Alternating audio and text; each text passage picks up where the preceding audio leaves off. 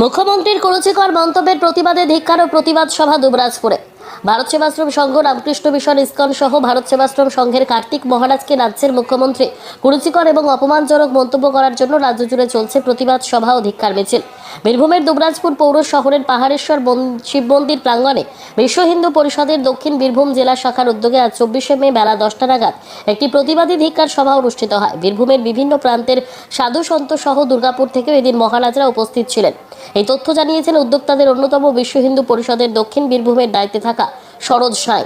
এদিন উপস্থিত বক্তারা নির্বাচনী জনসভায় মুখ্যমন্ত্রীর কুরুচিকর মন্তব্যের প্রতি ধিক্কার ও প্রতিবাদ জানান। এই বক্তব্য মুখ্যমন্ত্রীর কানে না পৌঁছলে বৃহত্তর আন্দোলনে সামিল হবে বলে উদ্যোক্তাদের পক্ষ থেকে জানানো হয়। এবং কোন কোন সংগঠন এটাতে যুক্ত? আজকে দুবরাজপুর পাহাড়েশ্বর যে শিব মন্দির, এখানে আমরা প্রতিবাদ সভার আয়োজন করেছিলাম। মূলত এটা বিশ্ব হিন্দু পরিষদ আয়োজন করেছিল, সাথে হিন্দু জাগরণ মঞ্চ আছে এবং আমাদের যে সন্তমণ্ডলী, সেই সন্তমণ্ডলী আমাদের সাথে আছে।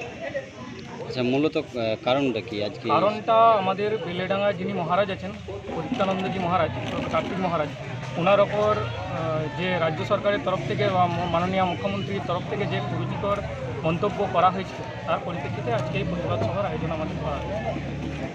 এখানে কোথা কোথা থেকে সাধু সন্তরা এসেছে?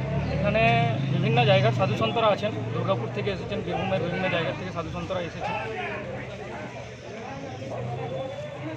আচ্ছা, মানে আপনাদের এই উদ্দেশ্যটা কি? এটা আমাদের যেটা উদ্দেশ্য, যে প্রতিবার যেভাবে আমাদের সন্ত সমাজ বা আমাদের হিন্দু সনাতন সমাজের ধারক ও বাহকদের ওপর যেভাবে কুরুচিকর মন্তব্য এবং যেভাবে আঘাত আনা হচ্ছে, মানসিক এবং শারীরিকভাবে যেভাবে অত্যাচারিত করা হচ্ছে, তার প্রতিবাদে এই প্রতিবাদ সভা। যদি এই প্রতিবাদ যদি মাননীয় মুখ্যমন্ত্রীর কান অবধি না যায়, আমরা এর থেকে বৃহত্তর আন্দোলন এবং প্রতিবাদের পথে অগ্রসর হব।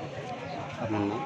আমার নাম সরোজ সাঁই, দক্ষিণ বীরভূম জেলা বিশ্ব হিন্দু পরিষদের সম্পাদকের দায়িত্ব পালন করছি।